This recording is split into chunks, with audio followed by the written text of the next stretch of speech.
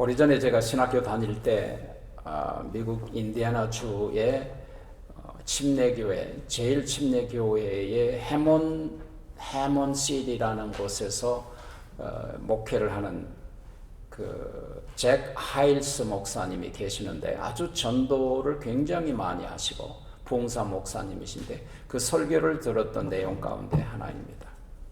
그분이 한 번은 이른 아침에 아내와 함께 아이합에 가서 아침 식사를 하러 갔는데 얼마나 그 종업원이 불친절하던지 화가 나서 한마디 하고 싶은 그 마음이 굴뚝 같았다고 합니다. 그렇지만 그 불쾌한 마음을 꾹 누르고 잠시 속으로 묵상하는데 갑자기 그녀에게 그럴 수밖에 없는 사정이 있지 않을까 하는 생각이 들었습니다. 그래서 좀 불쌍한 마음이 들어서 무슨 형편이 있겠지 그러고 이제 식사를 다 마치고 나서 $5면 충분히 20% 이상 팁인데 더블로 $10를 거기다 두고 그리고 나왔습니다. 그리고 문을 막 나가는데 그 여종어머니 뒤쫓아와서 손님 혹시 팁이 너무 많은데 잘못 두고 간 거 아닐까요? 그래서 그 목사님이 No, it's for you. 그 종업원이 이제 그렇게 얘기하길래 당신이 오늘 얼굴이 너무 안 돼 보여서 용기를 좀 드리고 싶었습니다. 그랬더니 그녀가 갑자기 눈시울이 뜨거워지면서 울먹이더랍니다. 그래서 하일스 목사님이 그러면서 미안하다고 제가 좀 무례하게 했는데 용서해 달라고 그러시더래요. 그래서 그날 아침에 잭 하일스 목사님은 아내와 함께 거기 문 밖에 서서 열심히 간절히 기도해주고 아름다운 복음을 나눌 수 있는 기회를 가졌다고 그렇게 설교 가운데 얘기를 했습니다. 이제 우리가 다음 주부터 한 달 동안이 아니라 11월 추수감사절까지 전도 기간을 우리가 얼마 되지 않지만 그래도 우리가 힘을 합쳐서 믿음으로 이 일을 감당하기를 원하고 있습니다. 그 일에 우리가 전념하기를 원합니다. 특별히 전도하는 마음을 가지려면요, 먼저 불쌍히 여기는 주님의 마음을 품어야 합니다. 한 영혼을 바라보고 불쌍한 마음이 들 때 우리가 그에게 다가가서 사랑을 전할 수 있기 때문이죠. 그래서 오늘 말씀은 우리 예수님께서 제자들에게 전도 여행을 가면서 분부한 말씀 가운데 하나입니다. 오늘 본문에서 예수님은 제자들을 전도 여행을 가면서 매우 중요한 지침 몇 가지를 말씀해 주십니다. 그 첫 번째가 보내심에 순종하면 보내신 분이 책임지신다라는 진리입니다. 오늘 9절에서 10절에 보니까 너희는 전대에 금이나 은이나 동을 가지지 말고 여행을 위하여 주머니나 그리고 두보롯이나 지팡이를 가지지 말라. 이는 일꾼이 저 먹을 것 받는 것이 마땅하니라 그러셨어요. 이 전대가 뭐냐면 그 돈을 집어넣는 복주머니처럼 생긴 건데 옛날 우리 할머니가 항상 치마 속에 고쟁이에 거기 그걸 띄어가지고 그걸 달고 다니면서 거기에다가 이제 용돈도 주고 이제 그러셨던 생각이 납니다. 이 명령은 전도자 파송을 앞둔 주님의 제자들에게 주어진 아주 특수한 선교 방법 가운데 하나입니다. 아니 이 말의 진리는 뭐냐면 돈을 의지하지 말고 보내신 하나님만 의지하라는 거예요. 예, 나를 믿고 가거라 그 말이에요. 왜? 내가 널 보냈으니까 나를 믿고 가거라. 예, 그런 얘기. 딴 주머니 차고 가지 말아라 그런 뜻이죠. 하나님의 부름에 순종하면 부르신 하나님께서 책임지십니다. 하나님이 보내신 그 일에 순종하면 보내신 하나님이 책임지신다는 마음, 믿음을 가져야 됩니다. 이것이 그리스도인이잖아요. 그래서 순종하면 그것이 전도의 일이든 선교의 일이든 봉사의 일이든 어떤 일이든 간에 순종하면 명령권자가 책임져 주신다는 믿음을 가지시기 바랍니다. 왜냐하면 하나님이 하신 일을 이렇게 관찰해 보면 하나님은 항상 보내시기 전에 미리 준비하시고 보내세요. 그리고 누구를 부르실 때도 반드시 그 부르신 사람을 위해서 준비하시고 부르시거든요. 그러니까 중요한 것은 그 부르심과 보내심에 순종하는 것이죠. 뭘로? 믿음으로. 근데 여기서 두보롯이나 신이나 지팡이 가지지 말라고 했는데 여행할 때 보면 두보롯이 좀 있는 게 낫잖아요. 한 벌이가 어떻게 쓰다 망칠 수도 있고, 더욱이 이제 이 팔레스타인에는 밤낮의 나이가 낮에는 135도지만 밤에는 뭐 50도 이상 이하로 이렇게 40도, 30도로 떨어지기 때문에 그래서 좀 두툼한 옷을 반드시 가지고 가서 혹시 야외에서 잠을 잘 때도 있잖아요. 그럴 때 덮고 자야 되기 때문에 두보롯이 반드시 필요하다고 생각을 합니다.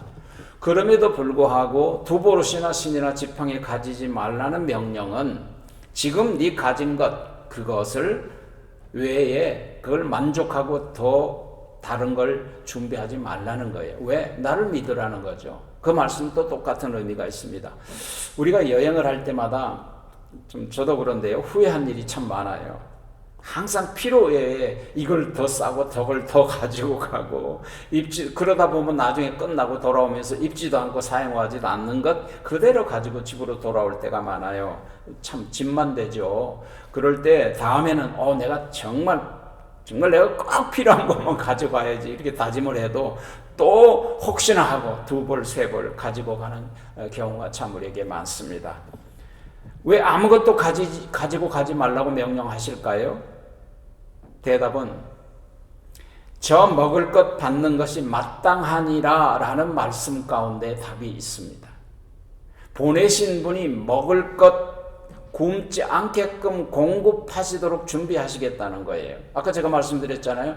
부르심을 받을 때 순종하면 부르신 분께서 미리 준비하시고 부르신다는 거고, 하나님이 보내심에 순종하면 보내신 분께서 미리 준비하시고 보내신다는 거. 이 진리가 있기 때문에 내가 너에게 본부한 대로 보내심에 순종하면 네 먹을 것 내가 준비하고 공급하마, 그런 뜻이잖아요. 그렇죠? 전도할 때 미리 정한 사람, 여기 특별히 보면 미리 하나님이 전도할 때 미리 정한 사람이 있다는 거예요. 네가 전도할 때 받아들이는 사람이 있을 것이고 또 받아들이지 않는 사람이 분명히 있어요. 거절한 사람이 있고 어떤 사람은 침 뱉은 사람도 있어요. 전도하다 보면요. 그냥 전도지 보면 확 이렇게 집어던지는 그런 분도 있거든요. 그렇지만 주님께서는 네가 순종하면 어느 곳에 가든지 그 말씀을, 그 전도를 기쁘게 마음 뜨겁게 받아들이고 불쌍하게 생각해서 집으로 초청해서 그곳에 먹고 살도록 하나님이 역사하시겠다는 거예요. 그 믿음으로 사실은 전도 여행도 그렇게 가는 거잖아요. 선교도 그렇게 가는 거예요. 선교도 지난번에 우리 시미레 목사님이 오셔서 전도할 때 아프가니스탄에 가서 밤에 택시가 밤중에 길거리에 알지도 못한 곳에 어느 지역인지도 모르는데 거기 떨어뜨려 놨었잖아요. 그 사람을 생각해 보세요. 그때 무슨 생각을 했다는 거예요? 나는 이제 죽었나 보다. 이제 죽을 수도 있겠다는 생각이 들었잖아요. 근데 하나님께서 누구를 예비했어요? 트럭을 예비해서 트럭 운전사가 스탑시켜서 어디 가냐. 그래서 자기가 가는 곳에 이끌어줬다 그러잖아요. 이게 뭐냐면 하나님이 복음에 있어서는 반드시 그렇게 역사하신다는 사실입니다. 그리고 예수님께서는 그리고 나서 무슨 말씀을 하시냐면 이제 장기 선교, 장기 목회를 전도를 할 때 그 거처하는 방식에 대해서 오늘 11절에 말씀하세요. 어떤 성이나 마을로 들어가거든 그 중에 합당한 자를 찾아내어 너희가 떠나가기까지 거기서 머물러라, 그 말이거든요. 우리가 기독교가 처음 시작했을 때 전도자들이 가서 전도할 때 사실은 갈 바를 알지 못하고 어느 동네든지 발길이 하나님이 인도한 대로 가서 복음을 전했었거든요. 그 날이 저물면 거처할 것이 필요하잖아요, 분명히. 그런데 거처할 합당한 자리를, 장소를 네가 찾아라, 그 말을 하시잖아요. 이 말은 무슨 뜻이냐면 내 의지적으로 내가 거처할 곳을 의지적으로 찾아내라는 뜻이 아니에요. 이 원어는 그런 뜻이 아니고, 주님은 천국 복음을 전할 때 호의를 가지고 대하는 사람을 찾게 될 거다, 그 말이에요. 하나님이 그런 사람을 예비하신다는 거예요. 그래서 복음 전파자들을 친절히 맞아주고 그리고 마음의 여유를 가지고 복음을 받아들이는 사람이 있을 거다. 그리고 너희를 영접하여 너희를 잠을 자도록 해줄 사람을 주님이 마련하실 것이다. 그런 얘기입니다. 그런데 그곳에 머무르면 그곳에서 그 동네에서 복음을 다 전하기까지 딴 집으로 옮기지 말라는 거예요. 그 집에서만 있어. 거기 3일 있든 열흘 있든 그 집에만 있어라. 그런 얘기예요. 예수님도 보면요. 예수님도 그렇게 복음을 전했어요. 예수님을 전하는 걸 보면 예수님이 복음 전하는 초기에는 누구 집에 있었어요? 베드로 집에, 가버나움에 있는 베드로의 집에서 복음을 전했어요. 그리고 중반기에 넘어서서는 어디서 전했어요? 마가의 다락방에서 복음을 전하셨어요. 그리고 하반기에 십자가를 지시기 바로 전에는 어디에 있었어요? 예루살렘 바깥의 동네 베다니 문둥이 시몬의 집에 귀거하셨거든요. 이제 예수님 한 번 그곳에서 복음을 전할 때는 다른 곳에 가지 않고 한 군데 계셨었던 거죠. 그러니까 제자들에게도 그렇게 지금 말씀을 하고 계신 것입니다. 만일에 거기 머물라는 이 복음 전도자는 만일에 그 집에 머물러 있어야지 3일 동안 있으면서 이 집에 하루, 저 집에 하루, 저 집에 하루 이렇게 되면 어떻게 되겠어요? 아, 우리 집에서 뭐 섭섭하게 하셨나? 그런 생각 들지 않겠어요? 그리고 저 집에 가면 또 혹시 딴 말이 나오지 않겠어요? 그래서 소문이 돌 수 있어요. 그래서 그 동네에.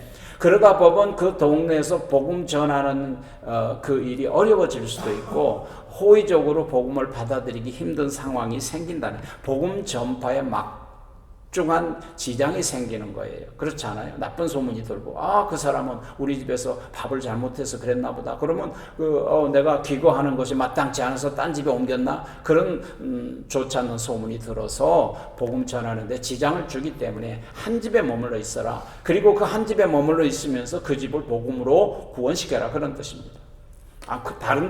다른 사람이 구원받지 못하더라도 내가 머물러 있는 사람 집에라도 구원을 받게 해줘야 되지 않겠어요? 그렇죠? 두 번째는 어느 집에 머물러든지 누구를 만나든지 축복하라요. 축복. 여기 보니까 그 집에 들어가면 평안하기를 빌어라. 평안이 뭐예요? 샬롬. 그리고 히브리 말 헬라어로는 에이레네 혹은 카이레인, 평안을 빌어주는 거죠. 이 평안은 무슨 평안이냐면 세상과 같은 평안이 아니라 하나님과 우리 사이에 맺어진 예수 그리스도로 말미암아 맺어진 평안이에요. 이것은 변하지 않는 평안이에요. 조건 없는 평안, 환경이 바뀌어도 똑같은 그 평안을 누릴 수 있는 그 평안이 하늘의 평안이죠. 그러면서 10절에 13절에 보니까 그 집이 이에 합당하면 너희가 빈 평안이 거기 임할 것이요 만일 합당하지 아니하면 그 평안이 너희에게 되돌아올 것이 그랬거든요. 이 합당치 않다라는 말은 복음도 받아들이지 않을 뿐만 아니라 복음 전파를 하는 전도자를 받아들이지 영접하지 않는다는 뜻이죠. 그게 합당치 않다는 거죠. 그러니까 복음을 받아들이지 않고 전도자를 영접하지 않을지라도 그 집에 들어가면 그 집에 복을 빌고 기도해주고 평안을 빌어주라는 거예요. 근데 그분들이 그걸 받을 만한 그릇이고 그것을 기쁨으로 받아들이면 그 축복이 그들에게 임하지만 그 축복이 그들에게 임하지 않고 거절하고 거부한 마음이 있으면 그 축복해줬던 축복이 나에게로 되돌아온다는 거예요. 그렇잖아요. 얼마나 축복받는 비결입니다. 이게. 성경을 보니까 다윗 왕이 그 축복받는 비밀을 알았어요. 시편 35편에 보면 다윗 왕이 뭐라고 고백하느냐면 내가 선을 베풀었으나 그 선을 악으로 내게 갚는도다. 그로 인하여 내 마음이 너무 힘들고 고통스럽다라고 했어요. 그럼에도 불구하고 그런데 그 사람이 어떻게 되냐면 나중에 보니까 며칠 후에 보니까 그 사람이 병들어 죽게 생겼어요. 그럼 다른 사람 같으면 어떻게 했어요? 그럴 줄 알았다. 뭐 그런 식으로 하겠죠. 근데 다윗이 그 비밀을 알았어요. 그 소식을 듣고 이 다윗이 그들이 병들었을 때 내가 굵은 베옷을 입고 금식하며 내 영혼을 괴롭혔더니 내가 그들을 위하여 축복했던 그 축복이 내 품으로 돌아왔도다. 와, 이 다윗이 그 비밀을 알았더라고요.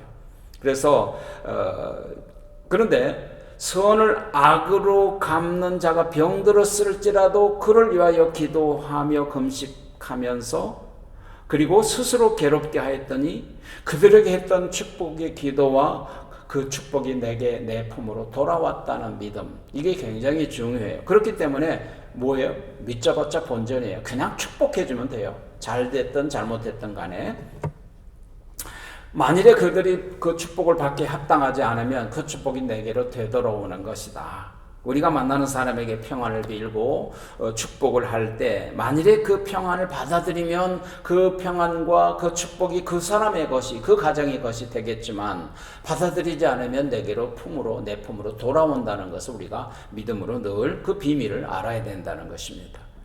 그래서 어떤 사람이, 저는 보면 그래요. 어떤 사람이 이렇게 열심히 제가 기도를 하는데요, 기도를 열심히 하는데 내 바로 앞에서 눈을 뻔히 뜨고 쳐다보고 있는 사람이 있어요. 제가 눈을 안 떠도 알죠. 아, 저 사람이 지금 나를 똑바로 쳐다보고 있구나. 눈꼬로 쳐다보고 있어요, 이렇게. 그래서 내가 열심히 기도하죠. 내가 그래도 그래, 네가 그래. 그래서 내가 열심히 기도해요. 근데 기도하는데도 그 기도할 때 네가 안 받아들이면 그 기도의 축복이 내게로 오니까 내가 너를 위하여 기도한다. 축복하죠. 이제 이런 것들도 신앙생활 가운데서 여러분 안 받으면 내 것이 되는 거예요. 예수님이 복음을 받아들이지 않을 경우에 대한 지침이, 근데도 받아들이지 않을 경우에, 내가 전도할 때 받아들이지 않을 경우에 14절에 있잖아요. 14절에 누구든지 너희를 영접하지도 않고 내 말을 듣지도 아니하거든 그 집이나 성에서 나갈 때 발의 먼지를 떨어버려라. 그래, 발의 먼지를. 복음 전하는 자를 배척하고 복음을 거절하는 것은 그 축복을 거절하는 자초하는 일이죠. 그렇죠. 그래서 복음 전하는 자를 기쁘게 영접하는 것은 누구를 영접하는 것이라고 했어요? 주님을 보내신 자를 영접한다 그랬잖아요. 그 어디 그런 말씀을 했느냐면 마태복음 10장 40절에 분명히 너희를 영접하는 자는 나를 영접하며 나를 영접하는 것은 하늘에 계신데 나를 보내신 아버지를 영접한 것이다. 이 진리를 우리가 알아야 한다는 것입니다. 그러면서 예수님이 요한복음 20장 21절에서 이렇게 말씀하셨어요. 아버지께서 나를 보내신 것 같이 나도 너희를 보내노라 그랬어요. 그러니까 우리를 보내신 분은 주님이시라고요.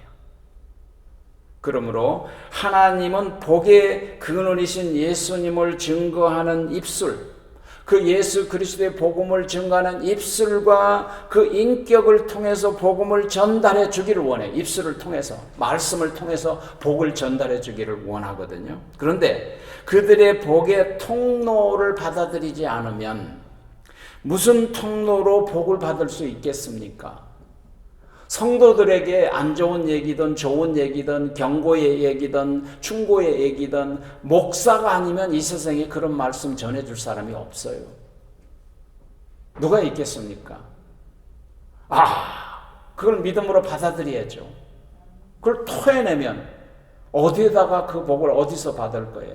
여러분 수도꼭지를 트는데 중간에 있는 수도 파이프가 고장이 났거나 막혔으면 그 수도꼭지에서 물이 나오겠어요? 똑같은 이치잖아요. 그러므로 복음을 거절하고 복음 전하는 자가 거절하면 어떻게 하라고 그랬느냐? 그게 바로 마지막 절 14절 15절이잖아요. 누구든지 너희를 영접하지도 아니하고 너희 말을 듣지도 아니하거든 그 집이나 성에서 나갈 때 너희 발에 먼지를 떨어버려라. 그러면서 내가 진실로 진실로 너에게 이르노니 심판날에 소돔과 고모라 땅이 그 성보다 견디기 쉬우니라. 발의 먼지를 떨어버리라는 말은 상대방과의 관계 절단식이에요. 너희와 나는 관계가 절단, 주님과 관계 절단, 하나의 정결 예식과 같은 거 옛날에 그렇게 했어요. 복된 발걸음을 했는데 그 발걸음을 거절함으로 이게 먼지를 떨어버리라, 그 말은 저주하라는 뜻은 아니에요. 그 말은 무슨 소리냐면 그 발에 있는 먼지만한 작은 티끌 같은 축복이라도 어떻게 받을 가치가 없다, 그런 뜻이에요. 그걸 저주로 생각하는 사람이 있던데 그건 잘못 해석한 거예요. 축복을 거절하면 받을 가치가 없다, 그 말이죠. 그러므로 주의 복음 전하는 자를 영접하지 않고 복음을 듣지도 않는 자들을 향한 이 먼지 떠는 행위는 바로 너를 이교로 생각하고 복음 받지 않는 거절한 자로 생각하고 너에게 행했던 복음이 한 티끌이라도 다 떨어버린다라는 의미로 주님이 그렇게 하라는 거죠. 그런데 그런데 영접하지 않는 사람들에게는 어떤 일이 일어난다고 말씀하셨어요? 마지막 15절에 내가 진실로 너에게 이르노니 심판날에 소돔과 고모라 땅이 그 성보다 견디기 쉬우리라.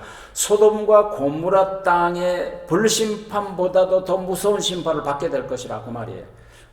왜 나는 이 말씀을 하셨을까라고 깊이 묵상을 했더니 성령님이 저에게 가르쳐 주신 게 뭐냐면 성자 하나님이 인간의 몸을 입고 이 땅에 오셔서 우리의 허물과 죄악과 심판과 저주와 모든 악한 것들을 다 뒤집어 쓰고 대신 십자가상에서 대속의 제물이 돼서 갈기갈기 자기 몸을 다 찢어서 발기고 마지막 남은 물 한 방울 피 한 방울까지 다 쏟아서 우리를 구원했는데 그것을 거절하니까 그 심판이 얼마나 무섭겠느냐라는 마음이 들었습니다.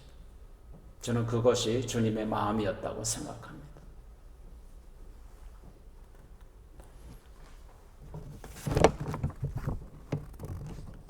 그러므로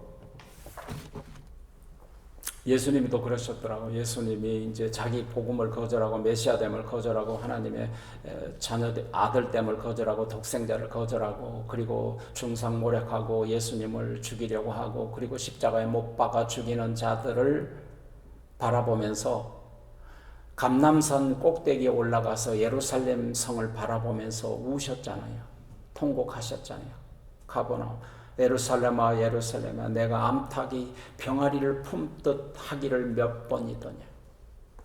이제 이 성이 돌 하나 남지 않고 멸망하리라. 그것을 생각하니까 장차 올 그 심판을 생각하니까 주님이 너무나도 마음이 아프셔서 우셨죠. 세 번째 마지막은 전도하는 사람들은 항상 영혼을 불쌍히 여기는 마음으로 전도해요. 불쌍한 마음을 가지고. 이게 우리가 전도하는 사람의 마음을 품어야 돼요. 목사도 마찬가지죠. 캐톨릭 사제 헨리 나우엔이라는 아주 유명한 영성학자가 있는데 예수님을 가리켜 상처받은 치유자라고 그랬어요. 그 책이 있어요. 상처받은 치유자. 여러분이 교회 신앙생활 하다가 봉사하다가 상처받아요. 전도하다가 상처받고 교회 갔는데 상처받고 이 사람한테 상처받고 저 사람한테 상처받아요. 예수님이야 그 상처가 오죽했겠어요. 그런데 예수님은 상처받은 치유자다. 가는 곳마다 사람들로부터 상처받았잖아요. 가는 곳마다. 예수님을 영접한 사람들은 죽었다가 살아난 사람, 문둥병자, 벙어리 된 자 이런 사람들은만 예수님을 영접했지 정상적인 사람은 예수님에게 상처만 줬잖아요. 그런데도 예수님은 가시관 쓰실 때 상처받으시고 손과 발에 대목 밖에서 상처받으시고 창에 옆구리 찔려 물과 피 다 쏟으시고 상처받으시고 어떤 사람들은 손바닥으로 예수님을 철썩철썩 때리고 어떤 사람은 갈대 막대기로 예수님을 후려치고 발길로 차고 침 뱉고 얼마나 많은 상처를 예수님 받으셨어요. 그런데 한 가지는요. 예수님은 그 엄청난 상처를 받았음에도 불구하고 평생 그 어떤 사람에게도 상처 주지 않으셨다는 것입니다. 그분이 예수님이십니다. 그래서 그분은 도리어 상처받은 사람을 치유해 주신 분이시다. 고로 우리도 혹시 우리가 상처를 받았으므로 그 상처받은 사람에게 다가가서 그 아픈 상처가 내게 있었음을 기억하고 그를 위로하고 그들을 위하여 격려하고 그런 삶을 살아가라는 뜻입니다. 사랑하신 여러분, 예수님이 이 세상을 바라보실 때 어떻게 바라봤어요? 목자 없는 양처럼 고생하고 유리함이로라 그랬잖아요. 이게 예수님의 표현 방식입니다. 그게 마태복음 9장 36절에 나오는 무리를 바라보시고 불쌍히 여기시니 그들이 목자 없는 양같이 유리방황함이로라. 무슨 말이에요? 그들을 세상을 바라보니까 예수님이 세상 사람들이 너무 불쌍하다는 거예요. 너무너무 불쌍하다는 거예요. 그 마음을 가지셨다는 거예요. 예수님이. 우리가 상처받은 사람들의 치유자가 되려면, 그들을 위로하려면 그들이 고생하고 기진맥진한 세상 사람들을 바라보고 불쌍하게 보여야 돼요. 우리가 바라보고. 응? 이 세상을 살아가는 대부분의 사람들은 자기 자신의 문제 속에만 빠져들어서 살아가기 때문에 고통받은 이웃들이 눈에 들어오지 않아요. 사실 이웃들이 이 시야에 들어오려면, 이웃들이 내 눈의 시야에 들어오려면 우리에게 어느 정도 마음의 여유가 좀 있어야 되잖아요. 그게 무슨 말이냐면, 오늘날 살아가는 이 세상 사람들이 이웃을 바라볼 수 있는 마음의 여유도 없이 쫓기는 삶을 살아간다는 거예요. 쫓겨다니는 삶을. 이것에 쫓겨, 돈에 쫓겨, 일에 쫓겨. 그러니까 다른 사람을 바라볼 여유가 전혀 없잖아요. 골든 맥도날드 목사님이 이런 시대를 가르쳐서 이 현대인의 삶의 유형을 두 가지로 표현했는데, 하나는 cold life, 다른 하나는 driven life예요. 그게 무슨 소리냐면, cold life는 소명이 이끌어가는 사람이에요. 소명에 이끌려가는 사람이에요. 그 다음에 driven life는 뭐냐면 현실에 쫓겨 다니는 사람이에요. 오늘날 많은 사람들이 왜 사는지, 뭐 때문에 사는지도 인식하지 못한 채로 그날 그냥 충동적으로 쫓겨다니며 살아가는 것이 현실이에요. 많은 사람들을 바라보면 그렇게 살아가고 있어요. 이런 사람들에게 고통당하는 사람들이 눈에 보이겠어요? 눈에 들어오지 않죠. 이런 사람들에게 이웃들은 어쩌면 나를 귀찮게 여기는 사람으로 바라볼 수 있거든요.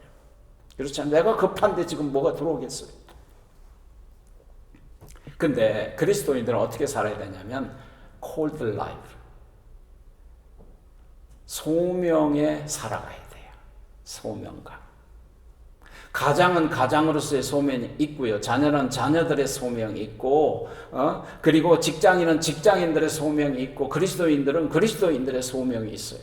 내가 받은 소명이 뭐예요, 여러분? 그리스도인으로서.